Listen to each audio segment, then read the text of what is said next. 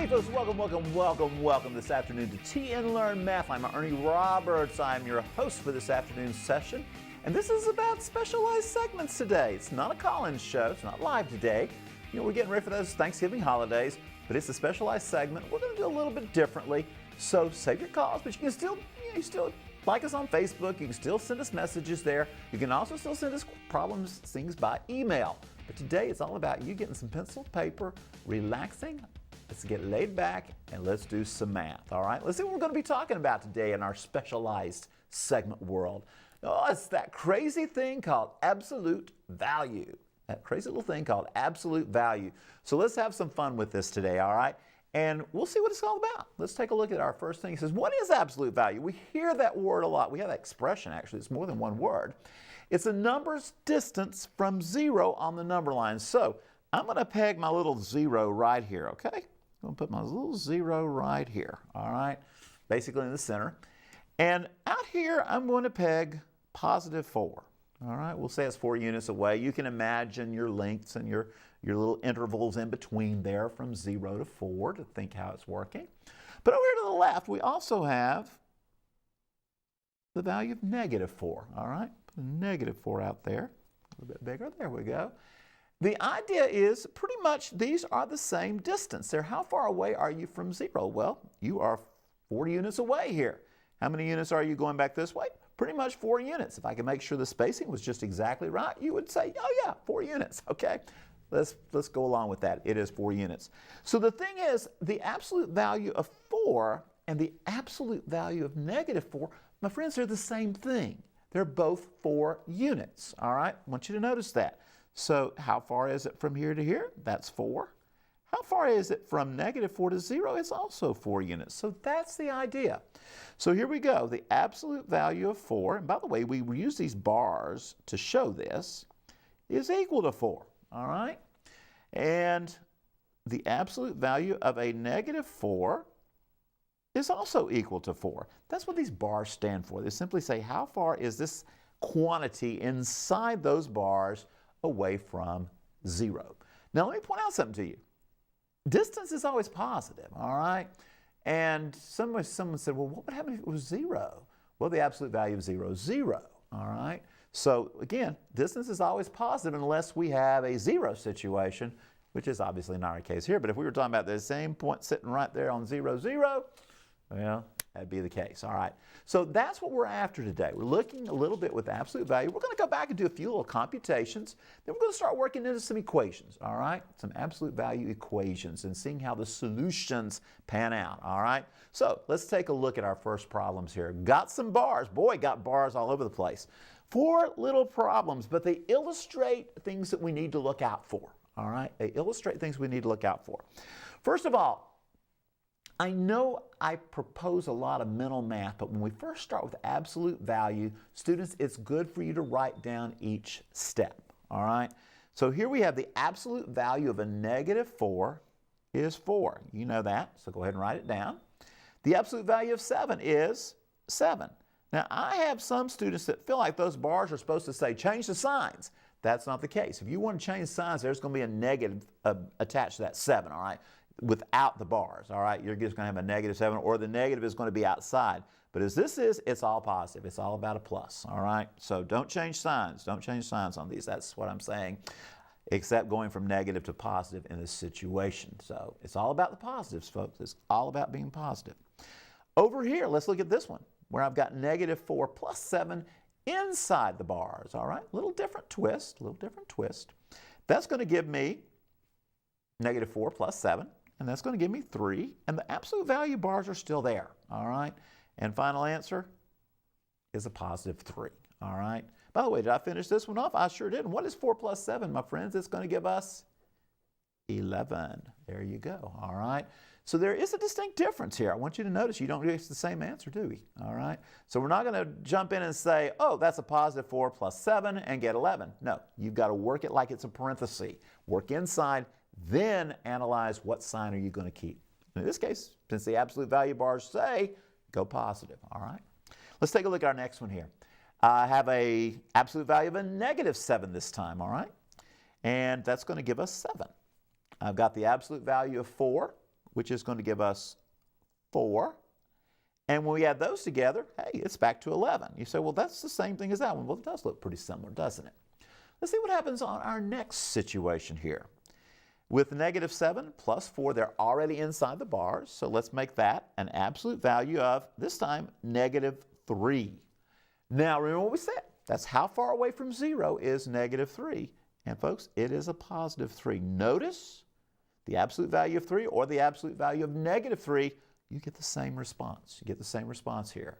All right, and notice here also the negative 4, the absolute value of negative 4, the positive 4, both gave you 4s. Here the 7 and the negative 7, absolute value of each of those individually, gave you 7. And we got 11 for our totals. So again, be careful with your signs. That's what it's all about with absolute value. It's how far away. And when we're talking about how far away, it's a positive value. It's positive value, how far away from 0 things are, all right? So let's do some more computations here. Let's see what we've got going here. Looks kind of crazy here, all right? So we said crazy little thing, absolute value. But let's look at these 2 little problems here. That says 3 times the absolute value of 5. Then we're going to subtract 5 times the absolute value of negative 6, all right? So what we want to do here, and this is where I want you to be, folks, be very careful here, all right? We're going to make, that's a subtraction, all right? So once we figure out what the absolute value of negative 6 is, then we'll multiply by 5, then we'll do a subtraction, all right?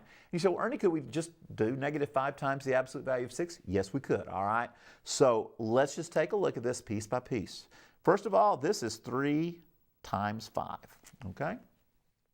Folks, this is going to be minus 5 times, we already said, alluded to it, is going to be 6.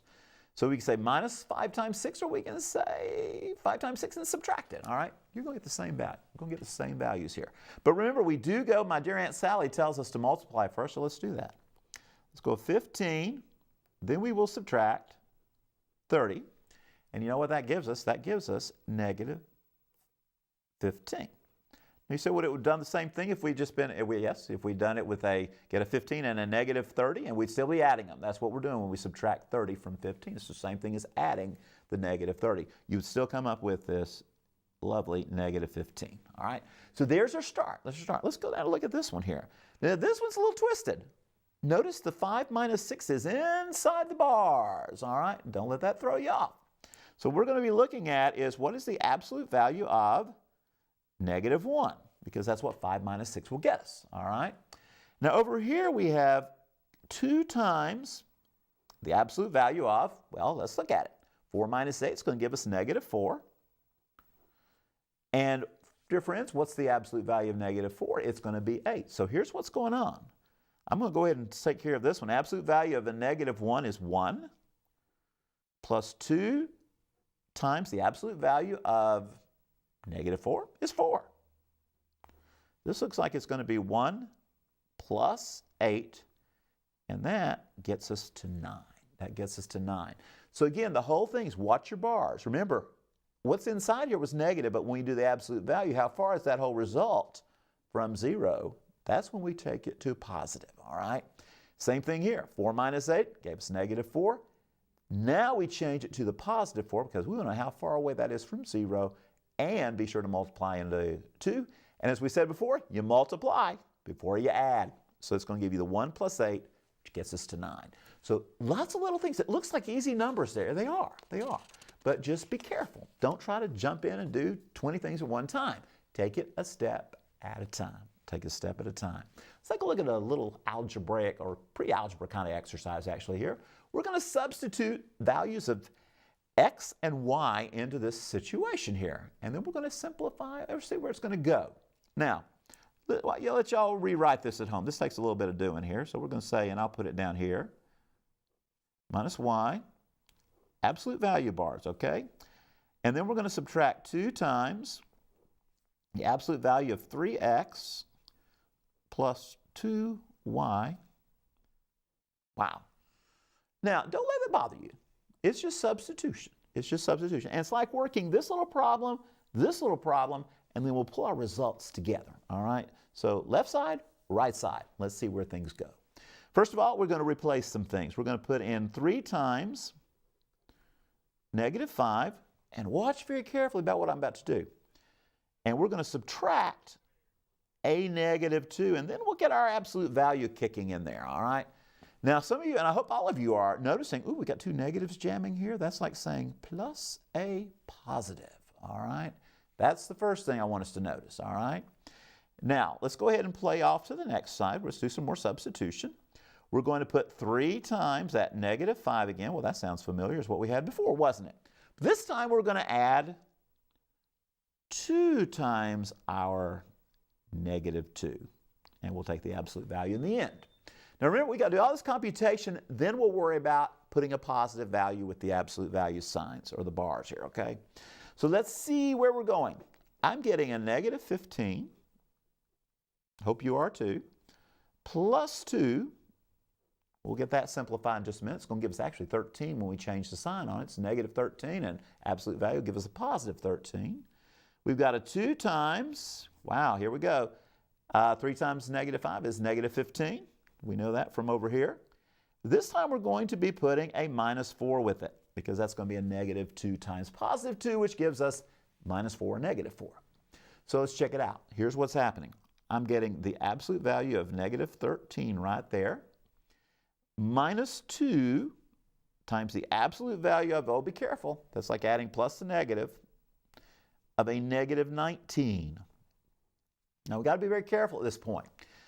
This part we know gives us 13. Over here I'm saying 2 times the absolute value, folks. That is like saying minus 2 times 19. It's going to become a positive 19, all right? So here we go. Multiplication first. Everybody remember that. Don't do 13 minus 2 first. You'll be in trouble. You'll be in big trouble. Actually, you'll get a real big number that's not right. Let's see where we're going to go. We're going to say 13 minus, it looks like 38. 2 times 19 will give us 38. And as I can tell, it looks like we're going to have a negative 25. That's your final answer. So you said, Ernie, I thought all absolute value problems always had to be positive. It depends on what you're doing to them after you come out of the positive, all right? So in this case, we come out with a negative 25. Interesting moment, right? Hey, only here on Mathline, but it does. That is the way you want to work those problems through, so be very, very careful.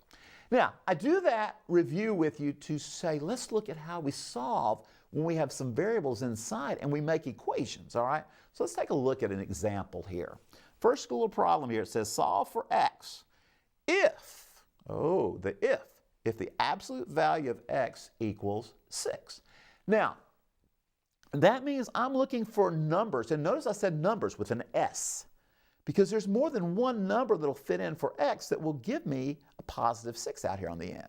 Remember, we're looking for two numbers that are 6 units away from 0.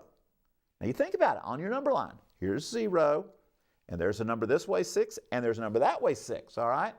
And you know what we got? We got two solutions. The possible answers would be x equaling to 6, or another good one is x equals negative 6. Real simple. Positive 6 going in there for x, the absolute value of 6 is 6. And the absolute value of negative 6 is also 6. So there you go. Two quick answers, two quick checks. That was real easy to check. Now down here we got a little different look. We got a little plus 5 playing with us there. We'll give you a little hint about these problems. Before you can play this game of seeing what you've got to get x, or the absolute value bars, by themselves. It may not just be x inside there by itself in later problems here, but for this one it is. But we've got to get these bars by themselves before we start talking about, okay, we're going to use 6 or negative 6 or whatever this comes out to be. Let's find out. Let's subtract 5 from both sides. Everybody got it going out there? All right. And we have absolute value of x equaling to 3. Now it looks like this guy here. Only difference is got a 3 instead of a 6. So guess where we're going? Where are we going to go? We're going to have two solutions. We're going to have x equaling positive 3. We know that'll work. Or you can have x equals negative 3. They're both good answers. They're both good solutions, all right? So that's your story on this. Both are answers you're looking for. So you're saying, Ernie, will they always be two solutions to an absolute value problem? As long as you're trying to say the bars are equal to something positive, yes. All right? You say, ooh, does that give us something to look forward to, helping the lesson? Let's take a look and see. All right? Here's the story. Here's our story. We've got two quick equations here, and I'm going to drop a line right down through the middle here, okay? We're going to work through this kind of left side, right side. First of all, the bars are isolated. You say, well, Ernie, what does that mean? That means they're by themselves, all right? I know sometimes I use big words, and I know we got 4th, 5th, 6th graders here going like, I'm not sure what that isolated word means, all right? Means you got the bars all by their lonesome. Now, there's stuff inside. There's stuff inside. So here's how we're going to work with that stuff inside. We're going to say p plus 6 is equal to 4. But at the same time, we're also going to worry about what happens if p plus 6 equals negative 4. And you say, why do you do that? Because it's telling me this clump, this expression we call it, this p plus 6 in here could equal 4, which is what you see, or it could equal the negative 4, which you got to think about. All right, because remember, absolute value of negative 4 is also 4. So we got two options here. Both are good. Both are good. Both are good options. Now, don't leave me on that, all right? So let's see what happens. We subtract 6, both sides here. We'll see what we get. We get p equaling negative 2. Down through here, put a little dotted line. Over here, we're going to do the same thing. How about it? Subtract 6, subtract 6. We're going to have p equaling to negative 10. Now, you know me. I like for us to go back and check these things. So if I put a negative 2 in here for p, I get negative 2 plus 6, which is 4. Life is good. Over here, I put a negative 10 plus my 6. I get a negative 4. But remember, we're talking absolute value. So it does give us positive 4. So both of these are good answers, good slots there, all right? Now over here, same story. Second verse. We're going to say p minus 6 equaling to 4. And we'll drop right down the center here. Our other one is going to be p minus 6 equaling to negative 4. Because there's two options. We could get a 4 or a negative 4 working through here, all right? So let's add 6 to both sides. That's going to give me p equaling to 10. Over here, let's add 6 to both sides. That's going to give me p equaling to 2. Now you say, well, Ernie, those are interesting. You know why they're interesting? Because the signs are different. They're the same numbers, but different signs. And folks, that makes a big difference, all right? Again, let me warn you on this, something right here. Do not, repeat, do not change that to a p plus 6. If we wanted p plus 6, we would have put that in there to begin with, all right? You got to keep it p minus 6 equaling 4, and then the p minus 6 equaling to negative 4. So let's see where this is going to go. Adding 6 to both sides, we end up with, yes, positive 6 plus 4, which gives us 10. And over here, we've got this positive 6 plus negative 4, which gives us 2. Check it, check it. 10 minus 4, I'm sorry, how about it? 10 minus 6, I'm jumping the gun, folks, again, gives us 4. And 2 minus 6 gives us negative 4. Absolute value is 4. So there you go, good stuff, all right? And that's your second example. Now, we're going to try to straighten them up a little bit here. Sometimes things look a lot alike, but they're really different. Let's take a look at these two problems right here. This one, first of all, says the bars of 3y minus 5 equals 10. So let's see. What do we do first, everybody? Think about it. Am I ready to rewrite this problem into two forms? No. I've got to get the bars by themselves. Something's keeping me from going there. That is the minus 5. So let's add 5 to both sides. And now what we have left is this absolute value of 3y equaling to 15. Now we're going to split it up into two pieces. We're going to say 3y equals 15. Because see, the bars are what's important. We've got to isolate. We've got to get them by themselves first. So we're going to have 3y equals 15. The other option we can, and that is going to give us y equals 5, right? Other option we've got, 3y equaling to negative 15. Divide both sides by 3. And that's going to give you y equals negative 5. Now, the truth, can we check it back through? Let's look at it. Absolute value of 3 times 5 minus 5 equaling 10. Well, 3 times 5 is 15. That's 15. Minus 5 equals 10. That looks good. How about the next one here? 3 times negative 5 minus 5 equaling 10. Well, it gives me negative 15, yes, but remember, absolute value goes positive. And 15 minus 5 gives us 10. So those are checking. Those check well for us. Now, let's look at this last one here. This is like our second problem here. Folks, the bars are already isolated. But you say, Ernie, there's a lot of stuff inside there. There is. There is. But what we're going to do, we're going to take that 3y minus 5 and let it equal to 10 on one side. And this other side, we're going to say 3y minus 5 equals to negative 10. You see, once the bars are isolated, then you can do your little routine with the positive 10 and the negative 10. All right, you don't have to worry about this minus 5. It's going to take care of itself. But don't do it too soon. A lot of times my students want to just go ahead and solve this and they say, well, we're just going to change the signs for the other one. And they get half credit and half wrong, all right, because the two numbers work fine with just looking at it. But the other one, that minus 10, is going to have some things go a little bit differently, all right? So let's see. We're going to add 5 like we did a minute ago. And here's what's happening. We are going to get 3y equals 15. And our y value, how about it? It's going to be 5. That part was easy.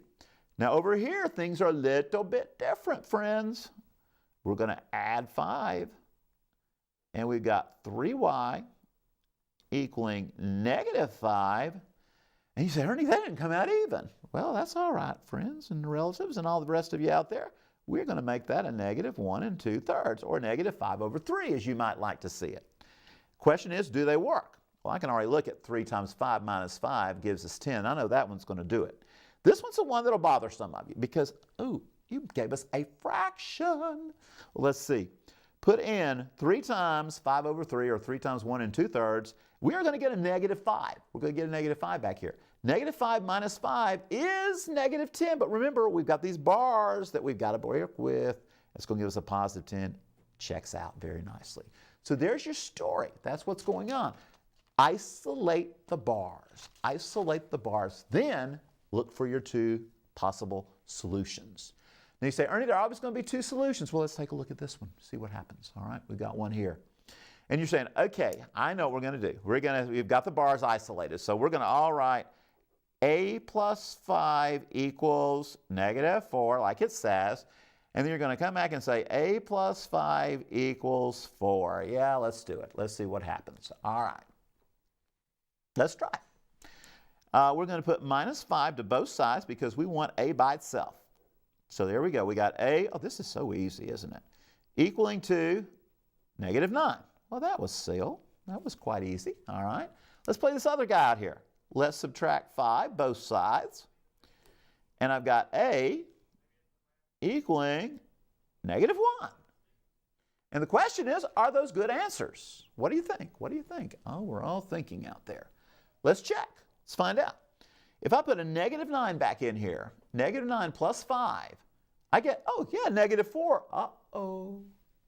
Uh-oh. The absolute value of negative 4 is not negative 4. Well, what did you do wrong? Well, I don't know. But that certainly didn't work, so that can't be a good answer. We may have to recheck on that in a minute. All right, let's see what happens here. I put in negative 1, and I add 5 to it. I get positive 4. That's good news, except what's the absolute value of positive 4, folks? Also positive 4. That didn't work either. My goodness, what are we going to do? What are we going to do? What happened? Well, we have a no solution here. But I want you to understand why we have a no solution. Because we're saying the absolute value of some quantity equals a negative number here, a negative 4. If you ever have the bars equaling something negative, it's a no-go. It's a no solution situation. You got a problem. You got a problem that you can't take care of, all right? So again, we have no solution because there are no real numbers that are going to work this one out. It's never going to happen. So that's one you got to watch out for. Yes, there are such things where we have 2 solutions and we have sometimes no solutions there, all right? Let's take a real quick look at one more here. See if we can get through this one pretty quickly. We're going to work it through. At least we'll get it set up with you, all right?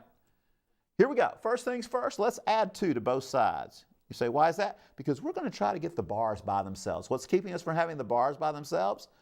The 3 and the 2. Let's take care of that just like we would on a linear equation that we've had earlier in our lives here. So what we got? We got 3 times the absolute value of 2y minus 5 equaling to 9. Got to get the bars by themselves. Now some of you say, would you want to distribute? No, I really don't like to distribute on these. Let's just go ahead and divide both sides by that number. Get rid of it. And that's going to leave us with the absolute value 2y minus 5 with the bars equaling to 3. So that's how we get to that point. Now, dear friends, is the time where we'd make negative 3 and positive 3. Don't do it up here. Do not do it until you get those bars by themselves. So here we go. 2y minus 5 equaling to 3. And while we're at it, how about it? 2y minus 5 equaling to negative 3. Kick it out. We'll add 5 to both sides here. Looks like 2y equaling to 8. Y is 4. Did I just go? I'm on the page still. Good. Add 5. We've got 2y equaling 2. And you know what? We'll get y equals 1. And you know what? Tomorrow we'll check those out, all right? Make sure they work. And that's a little bit of the crazy thing about absolute value. We're going to have a little bit more at tomorrow because it's another day of specialized segments as we head toward Thanksgiving. Be sure to tune in with us then, and we will see you then.